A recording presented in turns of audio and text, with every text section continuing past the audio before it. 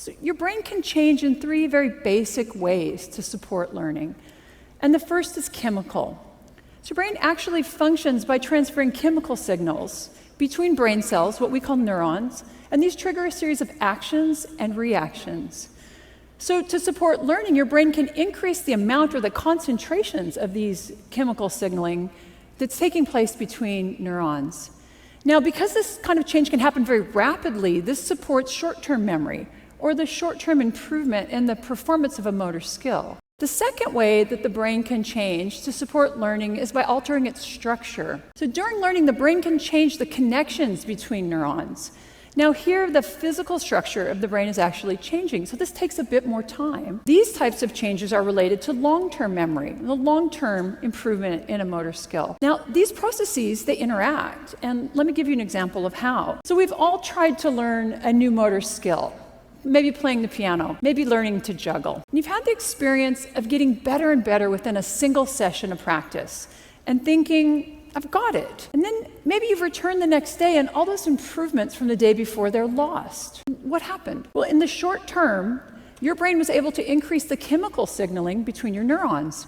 But for some reason, those changes did not induce the structural change that are necessary to support long-term memory. Remember that long-term memories take time, and what you see in the short term does not reflect learning. It's these physical changes that are now going to support long-term memories and chemical changes that support short-term memories. Structural changes also can lead to integrated networks of brain regions that function together to support learning, and they can also lead to certain brain regions that are important for very specific behaviors to change their structure or to enlarge. And so here's some examples of that. So people who read Braille, they have larger hand sensory areas in their brain than those of us who don't. Your dominant hand motor region, which is on the left side of your brain if you're right-handed, is larger than the other side. And research shows that London taxi cab drivers who actually have to memorize a map of London to get their taxi cab license, they have larger brain regions devoted to spatial or mapping memories. Now, the last way that your brain can change to support learning is by altering its function. As you use a brain region, it becomes more and more excitable and easy to use again. And as your brain has these areas that increase their excitability, the brain shifts how and when they're activated. With learning, we see that whole networks of brain activity are shifting and changing. So neuroplasticity is supported by chemical,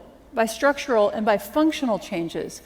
And these are happening across the whole brain. They can occur in isolation from one another, but most often they take place in concert. Together, they support learning, and they're taking place all the time. So I've just told you really how awesomely neuroplastic your brain is.